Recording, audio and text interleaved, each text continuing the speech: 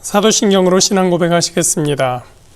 전능하사 천지를 만드신 하나님 아버지를 내가 믿사오며 그 외아들 우리 주 예수 그리스도를 믿사오니 이는 성령으로 잉태하사 동정녀 마리아에게 나시고 본디오 빌라도에게 고난을 받으사 십자가에 못 박혀 죽으시고 장사한 지 사흘 만에 죽은 자 가운데서 다시 살아나시며 하늘에 오르사 전능하신 하나님 우편에 앉아 계시다가 저리로서 산 자와 죽은 자를 심판하러 오시리라.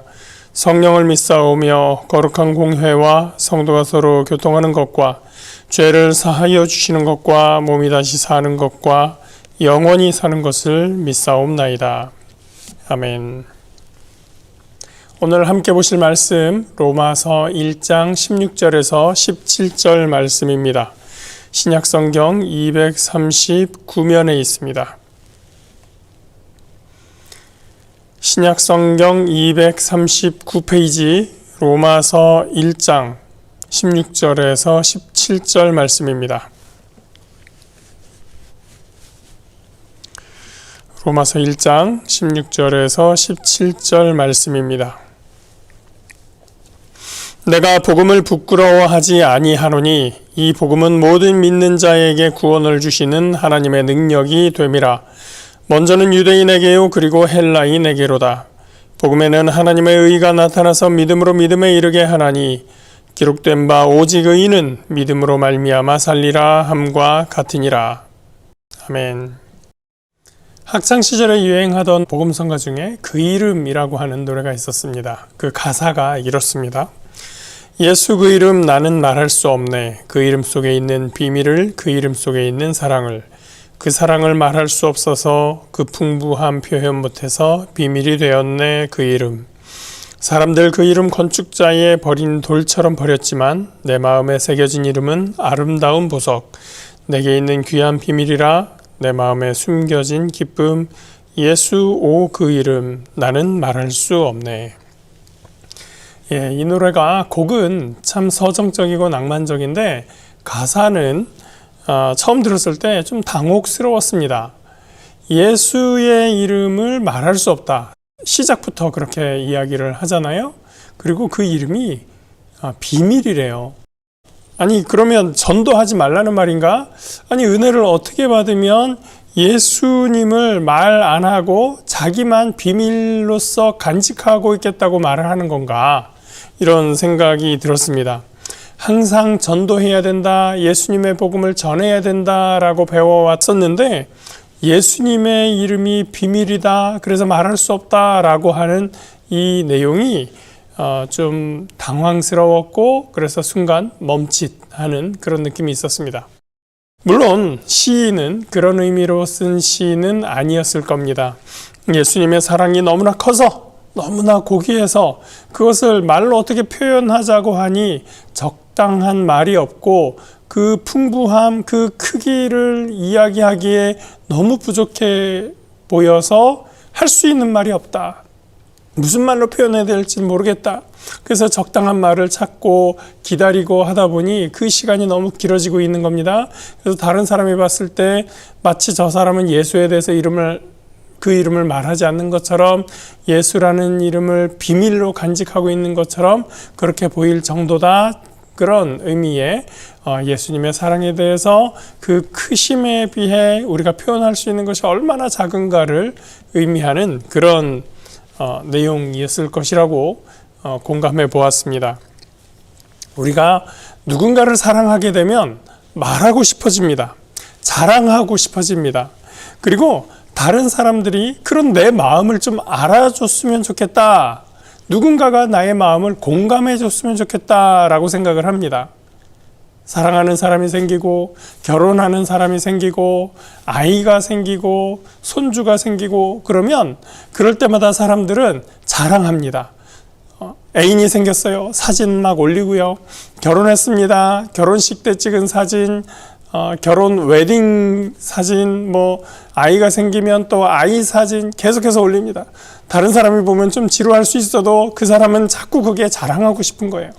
그게 누군가를 사랑하고 아낄 때 우리에게 나타나는 그런 자연스러운 표현, 자연스러운 심정이죠. 그래서 저는 연예인들이 비밀 연애를 한다라고 할 때 좀 그 심정이 답답하겠다라는 생각을 합니다. 얼마나 말하고 싶을까요? 이 사람이 내 사람이다, 이 말을 얼마나 하고 싶을까, 그런 생각을 하게 됩니다. 바울이 복음에 대해서, 예수님에 대해서 가진 마음이 바로 그런 것이었습니다. 그래서 13절에서부터 보면 바울은 로마 교인들에게 하는 말이, 내가 당신들에게 여러 번 가고자 했지만 길이 막혔었는데 앞으로도 제가 할 수 있는 대로 꼭 로마에 가서 당신들에게 이 복음을 꼭 얘기하고 싶습니다 라고 하는 내용으로 글을 쓰고 있습니다. 예수님에 대해서, 복음에 대해서 꼭 말해야겠다라고 하는 그 심정, 그 마음이 잘 드러나고 있습니다. 그런데 16절에 넘어와서 갑자기 바울은 내가 복음을 부끄러워하지 않는다라고 이야기를 합니다. 열심히 얘기하고 싶어 하는 걸 보니까 부끄러워하지 않는 건 알겠는데 당연히 얘기하고 싶어 하는 거겠지요. 그런데 왜 굳이 바울이 이런 말을 거기다 썼을까요? 내가 복음을 부끄러워하지 않는다라는 말을 왜 여기에다가 굳이 써야 했을까요? 많은 설교가들이 여기서 맥락 없이 오늘날의 신자들에게 반성을 촉구합니다. 여러분 왜 복음을 말하지 못하고 부끄러워합니까? 바울이 그랬듯이 우리도 복음을 부끄러워하면 안 됩니다. 어떤 분은요, 당시 로마 교회가 복음을 부끄러워했기 때문에 바울이 나는 부끄러워하지 않으니 여러분도 부끄러워하면 안 됩니다 라고 그 로마 교회를 약간은 질책도 하면서 그들에게 교훈을 주는 것이다 라고 설교를 하는 것도 제가 들어봤습니다. 그러나 로마서 어디를 봐도, 성경 전체 어디를 봐도 로마 교회가 복음에 대해서 부끄러워했다라는 말을 하는 것은 보이지 않습니다. 그렇다면 바울은 왜 자신이 복음을 부끄러워하지 않는다라고 말을 했을까요? 역사적으로 초기 교회 교부들로부터 많은 사람들이 그 이유를 여러 가지 측면에서 해석해 보려고 접근을 시도했습니다. 그 이야기를 다 소개할 수는 없고 그 중에서 설득력 있는 해설 두어 가지만 말씀드리면, 하나는 복음 자체가 보여주는 단순함 또는 저급함에 대한 일반 사람들의 혐오감이 있다는 것입니다. 이런 거죠. 신의 아들이 벌거벗겨진 채 그 흉측한, 그 추악한 그 십자가에서 죽임을 당했어? 신의 아들이 그렇게 된다고? 아니 근데 또 그 신의 아들이 부활을 했어? 아니 그 말이 돼? 이런 겁니다. 이런 사회적 비방은 바울의 다른 편지에도 그 분위기가 담겨 있습니다. 고린도전서 1장 18절 말씀입니다. 잘 아시는 건데요. 십자가의 도가 멸망하는 자들에게는 미련한 것이요 구원을 받는 우리에게는 하나님의 능력이라. 멸망하는 자들, 믿지 않는 자들이 십자가 구원의 소식을 처음 들으면 미련하다라고 말할 겁니다. 오늘날도 그런 사람들 있죠. 성경에 있는 거 그게 다 말이 되겠어? 어떻게 그런 걸 믿어? 라고 하는 사람들입니다. 바울은 예수님을 만났기 때문에 그렇게 복음을 대적하는 사람들에게 할 말이 있었습니다. 여러분, 나도 그렇게 생각하고 있었어요. 나도 당신들처럼 복음은 말이 안 된다라고 생각을 했습니다. 그래서 예수를 믿고 따르는 사람들을 핍박했습니다. 심지어 그들을 더욱 핍박하려고 다메섹이라는 곳에 있는 그리스도인들을 잡아다가 데려와서 혼내주려고 가는 중이었어요. 거기서 제가 부활하신 예수님을 만났습니다. 그 말이 맞았던 거예요. 그것이 복음이었던 거예요. 바울은 이제 부끄러워하지 않고 말할 수 있었습니다. 또 한 가지 제안은 로마 교회에서 바울에 대해 불신의 시각이 일부 있었기 때문에 바울이 오히려 당당하게 자신의 입장을 밝히고 있다는 점, 그것도 고려할 수 있는 것입니다. 바울은 복음이 율법으로부터 우리를 자유케 한다고 강조했는데 이런 입장은 종종 반대에 부딪혔습니다. 로마 교회 안에도 일부 바울에 대해서 반대하는 사람들, 반대하는 의견들이 있었던 것으로 보입니다. 근거가 될 만한 구절을 하나만 읽어드리겠습니다. 로마서 3장 8절 말씀입니다. 또는 그러면 선을 이루기 위하여 악을 행하자 하지 않겠느냐? 어떤 이들이 이렇게 비방하여 우리가 이런 말을 한다고 하니 그들은 정죄받는 것이 마땅하니라.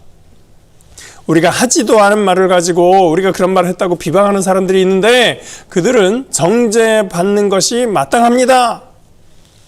그런 말입니다. 무슨 이유가 있든 간에 바울은 복음을 부끄러워하지 않는다고 강조합니다. 오늘날 우리는 복음을 부끄러워하고 있습니까? 믿지 않는 사람들이 십자가의 도가 미련하다라고 하기 때문에 부끄럽다라고 생각하는 경우가 가끔은 있을 수도 있는 것 같습니다. 그러나 오늘날 우리가 부끄러워하는 것은 예수 그리스도나 복음이 아니라 교회의 모습, 부끄러운 우리의 자화상 때문입니다. 교회가 교회답지 못하고 그리스도인들이 그리스도인답지 못한 것 때문에 우리는 부끄럽습니다. 한국에서 믿지 않는 사람들이 교회에 대해서 하는 말들이 뭔지 여러분들 잘 아실 거라고 생각합니다. 교회는 자기들만 옳다고 주장하고 교회가 돈만 긁어 모으고 교회 다니는 사람들이 더 사기 잘 치고 세월호든 이태원 참사든 억울하고 비통한 사람들 돕기보다는 비방하고 정죄하는 데 앞장서고 한국 사회나 한국 경제가 어떻게 되든지 상관없이 교세나 확장하려고 한다. 전도만 하고. 그러니 신천지나 교회나 다 똑같지 뭐. 한국 사회에 이런 교회에 대한 이미지가 팽배해 있습니다. 모든 교회가 그렇지 않고 오해도 많이 있는데 그리고 어떤 경우는 복음의 진리에 대해서 잘못 알려진 것들이 많이 있는데 이상하게 만들어진 이 교회에 대한 이미지를 바꾸기는 쉽지가 않습니다. 그래서 최근에 종교에 대한 국민들의 의식조사, 설문조사 한 내용을 보면 항상 개신교가 가장 신뢰도에서 꼴찌를 기록을 합니다. 어린아이들이요, 학교에 가면 교회 다닌다고 말을 못한다고 합니다. 교회 다닌다고 하면 따돌림을 당할 수 있다는 거예요. 그래서 학교에서 교회 다닌다고 얘기도 못한다는 얘기를 들었습니다. 따돌림을 당하는 이유는 뭘까요? 교회 다니는 아이들이 그만큼 적기 때문이죠. 교회 다니는 아이들이 적은 이유는 뭡니까? 부모들이 교회를 안 보내는 거예요. 부모들이 믿지 않는 거예요, 이제. 우리는 복음이 부끄러운 것이 아니라 복음의 능력이 교회 안에 없어서 부끄럽습니다. 인도의 간디가 했다고 하는 말이 있습니다. 나는 그리스도를 좋아하지만 너희 그리스도인들은 좋아하지 않는다. 너희 그리스도인들은 너희가 믿는 그리스도와 너무 다르기 때문이다. 교회를 싫어하는 사람들이 이 간디가 했다고 하는 말을 여기저기 퍼나르면서 교회에 대한 더욱 안 좋은 이미지를, 안 좋은 인식을 퍼뜨리고 있습니다. 그러나 우리가 진정한 그리스도인이라면 우리는 복음의 능력을 경험하게 될 것입니다. 16절 다시 한번 읽겠습니다. 내가 복음을 부끄러워하지 아니하노니 이 복음은 모든 믿는 자에게 구원을 주시는 하나님의 능력이 됨이라. 먼저는 유대인에게요 그리고 헬라인에게로다. 구원이라는 말을 들으면 우리는 보통 하늘나라에 죽어서 하늘나라에 가는 것을 생각을 하게 됩니다. 그런 의미가 없다거나 틀렸다는 말을 하려고는 하는 것은 아닌데 보통의 경우에 성경에서 구원이라는 말이 나오면 사실은 그 당시 구원이라는 말을 하는 당시에 겪고 있는 어떤 환난이나 고난에서 벗어나는 것을 말합니다. 이것을 톰 라이트라고 하는 영국 신학자는 이렇게 말합니다. 구원의 완전한 영광은 미래에 나타나겠지만 바울은 자주 이 구원이 단지 미래의 일만은 아님을 분명히 밝힌다. 구원은 현재를 향하면서 사람들을 죄의 상태에서 구출하고 하나님의 백성을 괴로움과 박해에서 구출한다. 구원은 미래의 소망인 동시에 현재의 실제다. 그렇기 때문에 복음을 통해서 경험하는 구원은 죽음 이후에 경험하는 천국 이전에 오늘 여기에서 예수로 인해 죄와 고민과 억눌림에서 자유케 되는 것입니다. 이러한 자유는 복음 안에 있는 하나님의 능력으로부터 나오게 됩니다. 바울이 복음을 전하는 원동력에 대해서 좀 전에 말씀드린 톰 라이트가 재미있는 말을 하는데요. 바울이 실제로 여러 해 동안 그렇게 선포하면서 발견한 사실은 예수님을 십자가에 달리시고 부활하신 이 세상의 주로 공표하면 누구든지 어떤 일이 일어난다는 것이다. 예수님이 죽었다가 다시 사셨을 때 탄생한 새로운 세계를 통해 듣는 이들의 마음과 생각, 삶의 방식에서 새로운 생명이 솟아난다는 것이다. 듣는 이들 전부가 아니라면 최소한 일부라도 말이다. 바울이 예수 그리스도를 선포하고 그가 십자가에 달리시고 부활하신 세상의 주가 되심을 선포하면 사람들이 변화되는 놀라운 광경을 목격했습니다. 그것이 바로 바울이 경험한 복음의 능력입니다. 구원을 주시는 하나님의 능력이었습니다. 복음을 듣는 이들마다 누구에게나 벌어지는 일은 아닙니다. 복음에 하나님의 능력이 있다고 해서 복음이 전해지기만 하면 아무 데서나 다 기적이 일어나고 모든 사람들이 눈물을 흘리며 변화받고 그런 것은 아닙니다. 오직 그것을 받아들이기로 결단하는 사람에게 주어지는 은혜입니다. 신학적인 용어로 응답이라고 합니다. 믿는 자들의 응답입니다. 바울이 분명히 말하기를 모든 사람이 아니라 모든 믿는 사람에게 구원을 주시는 하나님의 능력이라고 말합니다. 저는 옛날에 이걸 몰랐습니다. 기도 열심히 하고 성령 충만한 다음에 가서 복음을 전할 때마다 듣는 사람들이 다 누구나 아멘 나도 예수 믿을게요 하고 나올 줄 알았어요. 그래서 내가 복음을 전할 때 예수님을 이야기할 때 그 사람들이 내 말을 듣지 않고 내 앞에서 결신을 하지 않으면 내가 복음을 잘못 전하는구나, 혹은 내가 기도가 부족하구나, 내가 성령 충만하지 않아서 그렇구나 라고 생각을 했었습니다. 그런데 그게 아니었어요. 들을 귀 있는 자는 들을지어다. 예수님도 말씀하셨습니다. 예수님도 선포하시면서 그 말씀을 들은 사람들이 오히려 예수님을 핍박하고 십자가에 못 박아버렸습니다.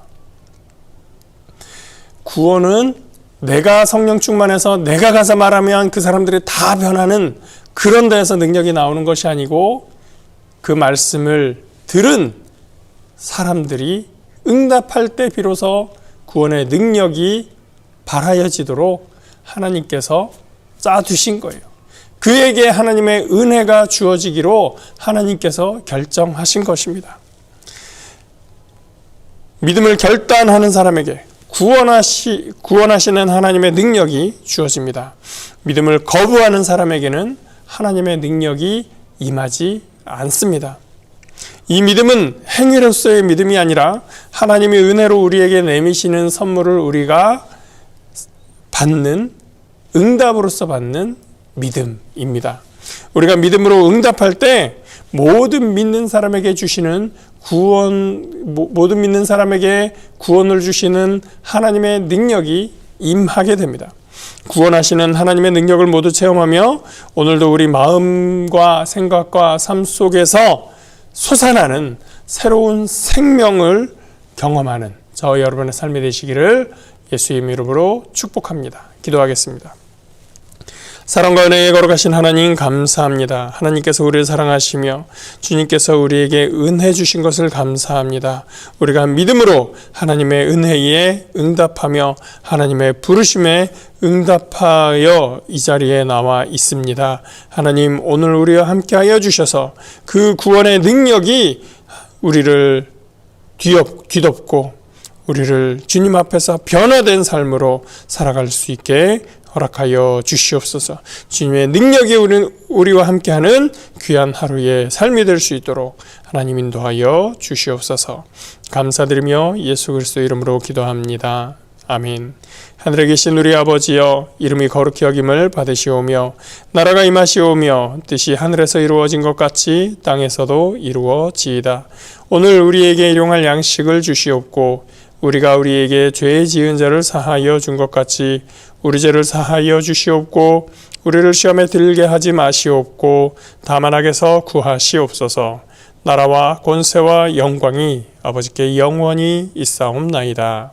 아멘.